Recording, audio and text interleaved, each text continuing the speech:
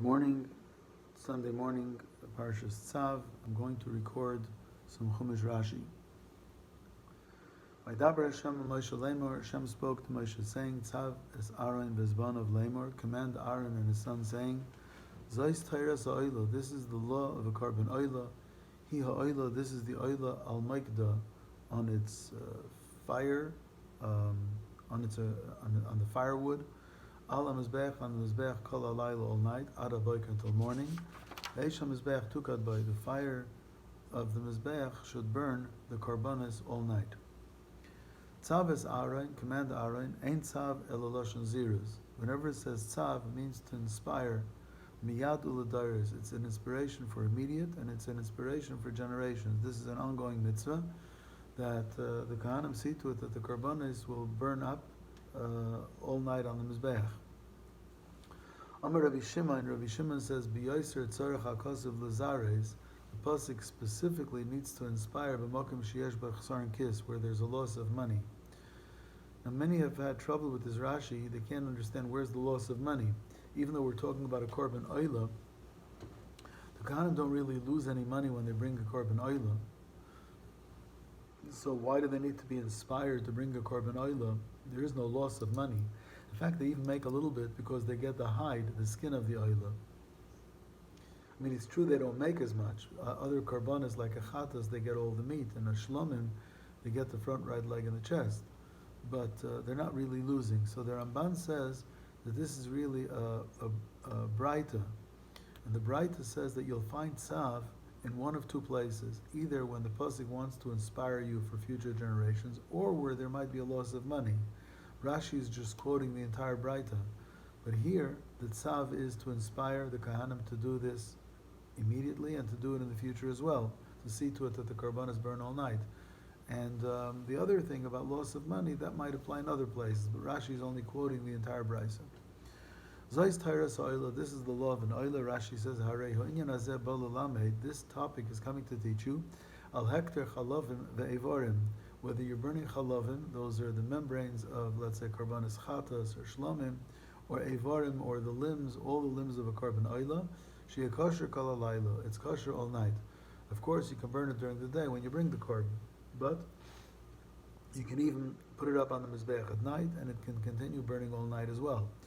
Also, ulalamid, it's teaching you ala psulim, the karbanis that are disqualified, eza im ala yered, which disqualified karbanis, if you did put it on the mizbech, which you shouldn't have done, the law is you've got to take it down. Ve'eza im ala la yered, which karbanis, even though they're not qualified, but if you put them up, you leave them there. Once they're there, you don't have to take them off. Shekol tairas l'rabbi suba. Whenever it says the word tairas, it's an inclusive word. Laimar teaching you to say, Taira achas, there's one law, l'chol ha'olim, and all those that went up on the mizbech, afilu psulim.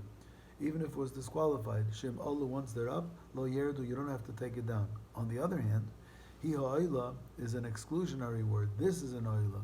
Miyat asarevei v'sanerva. It excludes a male or female animal that a person used for a prohibited purpose. A person had relations with an animal, or anything similar to that, Shalai haya pisulan b'kaidish. Their disqualification didn't happen after it came into the Azara. Their disqualification happened before it was brought to the Azara. Shenifsilu, it was disqualified kaidim shabol Azara, before it came to the Azara. So Rashi, in short, gave us the rule.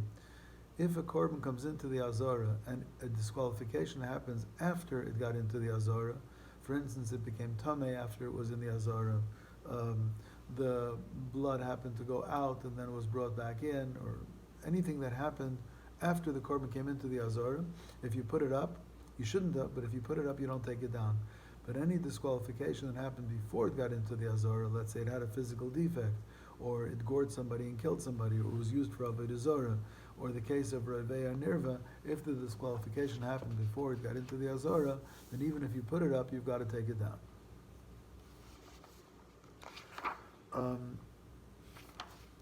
The kohen should put on his shirt and pants of linen. He should wear on his flesh. And he removes some ash that the fire consumed the oil on the mizbech. The samain puts it etzel on mizbech, and puts it next to the Mizbech. Explain. First of all, midai bad midai means his measure. Hiaksainis, it's a shirt. Umatam adlaimer midai, why does it say midai, or like a tunic? Should take him midasa. It should be his size, not too big and not too small. Al basar, he wears it on his actual body. Shulaye davar chaytzetz bein asayim. There shouldn't be anything interposing between the garment and his body. Behirim esadeshen, he removes some ash. Hayachayte, he shoveled. Malay machta, a shovelful. Min hamu kolay sapnimiyos, from some of the most burnt coals or ashes from the center of the pyre, P-Y-R-E. B'noislan, then he goes down the ramp and puts that shovelful of ash b'mizrocha shel kevesh, on the right side of the ramp. And if you remember in last week's Parsha, that's also where you threw the crop and the gizzard of an oila sa'if, and that spot on the east side of the ramp. That's also where Rashi said last week that you put any ashes from the incense of the inside Mizbech once it's burnt up, and wicks from the menorah after they've been burnt up. All that was put at a spot on the right side of the ramp, and there miraculously it disappeared. The ash where the fire consumed the oila, and made the oila into ash. From that ash, yorim truma, he takes off a removal, he takes off a shovelful, and puts it next to the mizbech. Now, ala mizbech, Rashi explains, what if in the morning you find that there are some limbs that are not completely consumed? Then he puts them back on the mizbech. After he shoveled the coals right and left, and he took a shovelful out from the center. Because the pasuk says, but the oila still remains on the mizbech. Actually, when they rearranged a new square of logs in the center of the mizbech to burn the day's karbanos, so at the same time they also took any limbs that were left over overnight and burnt them as well. We'll discuss where they were burnt in a few moments. The nufashat is begadav, the kohen takes off his garments, uvelavish begadav macherim, he puts on other garments, and v'haitzi as adeshin. This is not trumas adeshin, this is not one shovelful that's placed on the east side of the ramp. This is where you do a major cleaning of the mizbeach into big containers that held ash, and he takes the ash on the chutz lamachta outside the camp, el mokan Torah, to a Torah place. If you remember from last week's parsha, that Torah place where this ash is removed to was the same place where they burnt chatois pinimiyos. Chatois, where you sprayed the blood in the sanctuary, so the rest of the korban, after you were maktir, burnt on the mizbech, what you needed to be maktir, the rest of it was taken out of the camp, or in Yerushalayim, out of Yerushalayim, and burned on the same place where ashes were removed to. So Pashat is begadav to take off his previous clothes. Ein zu chayv, it's not obligatory. Al derech eretz, it's only proper. Shelo yelachlech b'haitzos hadeshen, he shouldn't get himself dirty when he takes ashes out. Begadim, the same clothes, shu mishamish ben tamid, the clothes that he always uses to serve in when he's in the Beis Hamikdash. Begadim shabishul ben kader l'rabbi, the clothes that used to cook food for the master, which get dirty when you're cooking. Al yimzug ben kais l'rabbi, you don't wear the same clothes when you're serving as a butler to pour a kais for the master. So therefore, the clothes that he wears during Trumas Hadeshin are the big day kahuna. Haitzos Hadeshin, he wears lesser clothes, not to get his big day kahuna dirty. V'lavash b'godim acherim pchusim less expensive. V'haitzias Hadeshin, as Rashi explains, hatzavar b'tapuach, you had sometimes ashes that gathered like in a big pile. A tapuach is like an apple, a big round pile. Kshu rabba, when it started becoming very much, ve'imokim l'marocha, there's no room anymore to make an arrangement of wood to burn korbanos. Moitzia misham, so then you have to take it out. Bein zu chayvu b'chol yom, this isn't an obligation to do every day. This is only when the mizbeach became over full. Aval truma, but the one shovel full of ash that was taken every morning and put on the right side of the ramp was chayvu b'chol yom, was done every day. The fire on the mizbeach should burn, it should not be extinguished. The kohen has to burn wood on the mizbeach every morning. He has to make a new arrangement of wood every morning. And he puts on it the oila of the korban tamid, the first korban of the day. And after that, after that, if there are, he'll burn membranes from a korban shlomim, for example, other korbanos that need to be burnt on the mizbeach. Rashi v'eishal mizbeach tukad bay. Riba kan yikidas harbe. The The pasuk here says the word tukad, to burn, many times. Al Moikda is one. Eish HaMizbech, the fire of the Mizbech tukad by should burn in it, that's two. Viho Eish Al Mizbech tukad by, that's three. Eish Tamid, a fire always tukad should burn on the Mizbech, that's four. Kulan Nidrshu b'Masech the Yuma. The Gemara Yuma, all these multiple times that it uses the word tukad are explained. Shenechliku Rabbeinu, our rabbis argue, b'minyan hamaroche shayu sham. How many arrangements of wood were there on the Mizbech? So again, one arrangement for sure was, which was called the Marocha Gedoylu, which was used for Karbanos. A second Marocha also was sure, where there was a second arrangement of wood, a smaller one, which created coals, which these coals were used for the purpose of incense. But some hold that there was even another arrangement of wood, which burned yesterday's Karbanos. If not, then you could put them on the big arrangement. But there's one opinion that there was a special arrangement to burn leftover Karbanos. There's another opinion there was another arrangement just to keep a fire going on the Mizbeach. So there's various views how many arrangements there were. You arrange on it the oila tamid itaktim. The oil of the carbon tamid, of course, is numero uno. That's number one. And after that, you can bring chelvei shlamim. After that, you can bring membranes of a carbon shlamim. Im yaviu sham shlamim. If you bring a shlamim, so the membranes that are burnt on the mizbech after the oila. For Rabbi Seinu lamdu mikan, our rabbis learn from here, aleho al oilas habayker, on a carbon which is similar to the oil of the morning, which is a tamid shel bein arbayim, hashleim kol ha-karbanos kulam. You have to finish all the other karbanos. It was the carbon tamid shel shachar is the first in the morning, and a similar carbon, which is the tamid shel bein arbayim, you finish the karbanos at the end of the day. But nothing should be brought after the tamid of the afternoon. Pasuk Vav Eish tamid tukar al mizbech leisichba. A fire always should burn on the mizbech, not to be extinguished. Eish tamid, Eish shenemer b'tamid. The fire on the mizbech, the Torah uses the word tamid.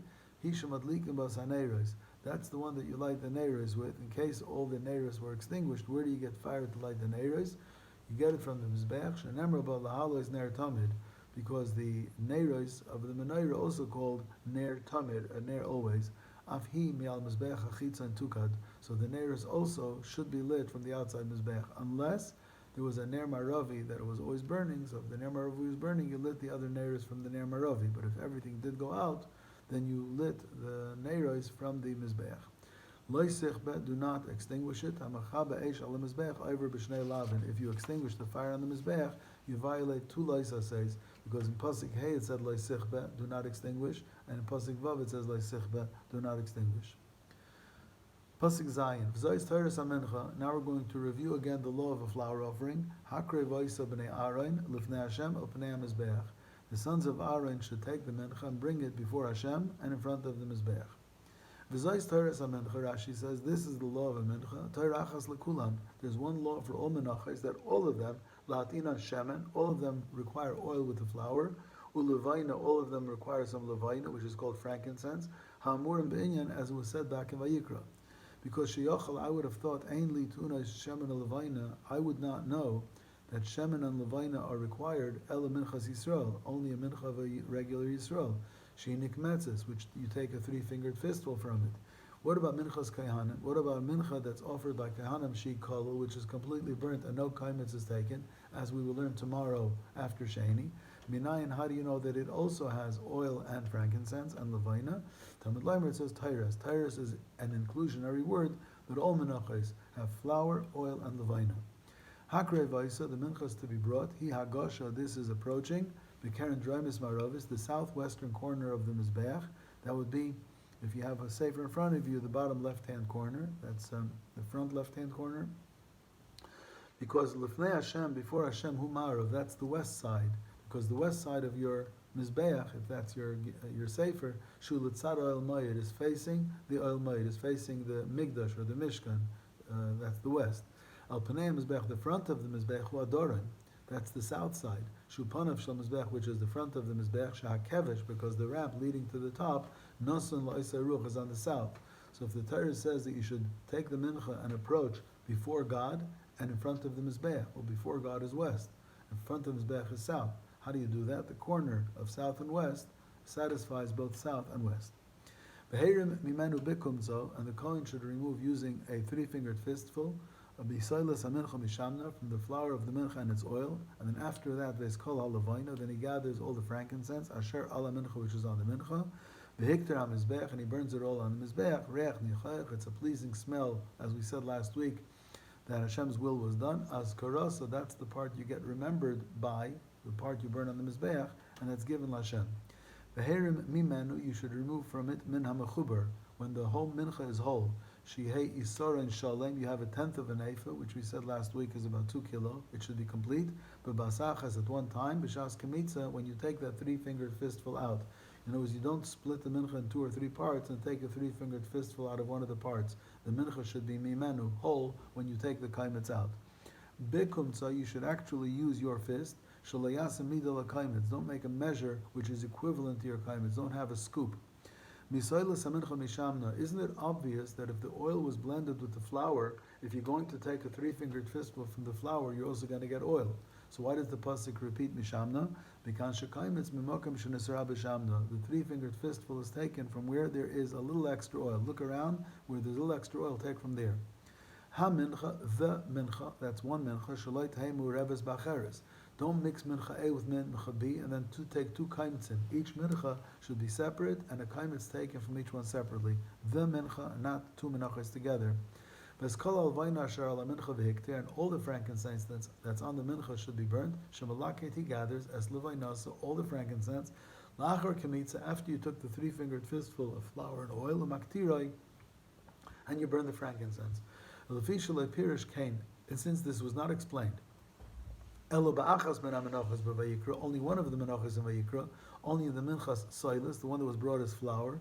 It was not described in the mincha that was baked in an oven. It wasn't described in the minchas machvas of the flat pan and the minchas marcheshes in the deep fried. Hutzruch lishna is parsha zu. Therefore, this parsha was taught lichlol to include kol menachas, that all the menachas k'mishpatan have the same law. Pasuk Tes, v'anaiseres mimen, after you've burnt the kaimitz and after you burnt the levaina, whatever is left, yoichlu Aaron ubanav, Aaron and his sons will eat it. Matzah is teachel, it's eaten unleavened. It doesn't mean flat. It can be thick, it can be thin, just unleavened. It has to be eaten b'mokam kodesh, in a holy place. B'chtzar oil mayid yechlua. It's eaten in the courtyard of the oil mayid, and in the Beis Hamikdash, it was eaten in the Azorah, in the courtyard of the Beis Hamikdash. B'mokim Kodesh, Rashi says, Ve'ezahu, which is holy. Holy is B'chotzer Oil Mayid, within the courtyard of the Oil Mayid. Pasuk Yud, Lo Seyafa Chametz. It should not be baked chametz. You're not allowed to leaven it. Chelkam Nasati Oisam Ishai, and the rest of it, I gave it to them as their share from my fire offerings, that they eat the rest. Kodesh Kadashim, a mincha is also upscale. It's the upper grade of korban. It's called Kodesh Kadashim. Kachatos v'chaoshim, like kachatos and ashim. Rashi, Lo Seyafa Chametz Chelkam Af Hashirayim, even the rest that the Kahanim get to eat, Asurim, it's prohibited b'chametz to allow it to leaven. Kachatos v'chaoshim. A mincha is similar to a chatos, and it's similar to an ashim. Minchas chayte, in last week's parsha, talked about an oil of a yored. At some averis, there are 3 averis that if you can afford, you bring a female lamb or female goat. If you couldn't afford, you brought 2 birds, one for a chatas, one for an oila. And if you couldn't afford that, you brought a mincha. That was called a minchas chayte, a mincha of a sinner. Harei kechatas, that's considered similar to a chatas. Lefichach, therefore, kamtza shaloi lishma. If you take the 3-fingered fistful, but having in mind for the wrong korban or the wrong owner, psula, it's possible, like a chatas. Minchas nadava, but if your mincha is just a donation, harei ka'asham, it's similar to a korban asham, and the law is lefichach kamtza shaloi lishma ksheira. Even if you take a 3-fingered fistful and you have in mind for a different korban or a different owner, it will be okay. Kol zachar, every male b'vnei Aaron, of the sons of Aaron Yechlena, gets to eat it. Chak oilam, this is a statute forever l'derasechem, for your generations. Me'isha Hashem, from the fire offerings of Hashem. But anything that touches the mincha and absorbs from the mincha becomes holy like the mincha. Rashi explains, Kol zachar, every male can get to eat the rest of a mincha, afilu balmum. Even if he has a physical defect who couldn't do avoda, he could still get to eat the mincha. Lama Nemer, what's the pasuk teaching me? Im lachila, if to tell you that a kohen with a physical defect could eat kadoshim that are dedicated to kahanim, harei kvar omur, there's a pasuk like that later that says, lechem elokov, the food of his God, even mikadshei kadoshim, even very holy karbanot like a chatas or an asham or mincha, a kohen with a physical defect may eat. Ella rather, the rabbis, it comes to include Balei Mumin, even somebody with a physical defect, Lemachloket, gets a share.